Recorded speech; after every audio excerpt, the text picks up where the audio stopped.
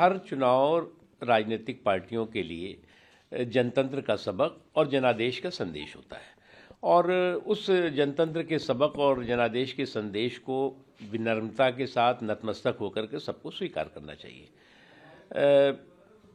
जहाँ जो तक है कि जो जीत की जलेबी है और हार का हलवा, दोनों का अपना जो है वो जायका होता है। जनतंत्र में जीत की जलेबी हो या हार का हलवा हो, दोनों का जायका होता है। उसे जो है वो विनम्रता के साथ जो है वो उस जायके का को स्वीकार भी करना चाहिए और समझना भी चाहिए, क्योंकि जो जीता वो सिकंदर, जो हारा वो धुरंधर। तो जीत और हार जो है वो किसी भी चुनाव के में एक ही सिक्के के दो पहलू होते हैं। अब दिक्कत यह है कि कुछ लोग जो है वो जनादेश को स्वीकार करने के बजाय उस पर जो है हाहाकार करने में ज़्यादा यकीन करते हैं, तो वो उनको जो है नुकसान करता है।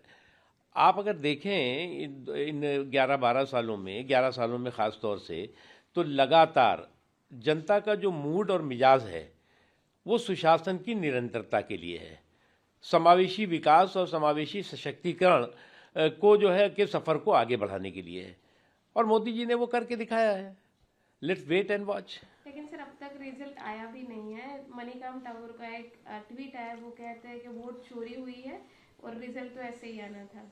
देखो, एक चीज़ मैं बताऊं, ये जो है वो धूर्तापूर्ण जो है धमाल और कमाल करने वाले धूल धूसित होते हैं।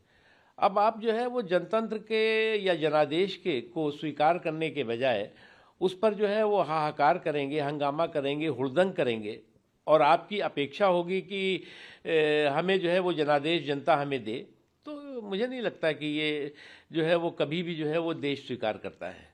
अरे भाई, जीत और हार दोनों एक सिक्के, मैंने कहा ना कि जीत की जलेबी हो या हार का हलवा हो, दोनों जो है वो जनतंत्र का जायका है।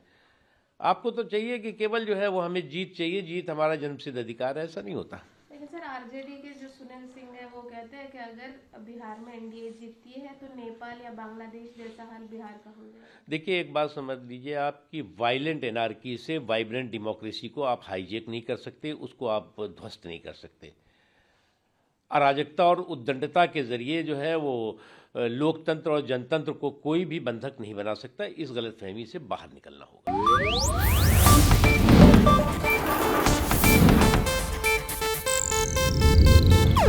ಇದು ಏಷ್ಯಾನೆಟ್ ನ್ಯೂಸ್ ನೆಟ್ವರ್ಕ್ ಪ್ರಸ್ತುತಿ।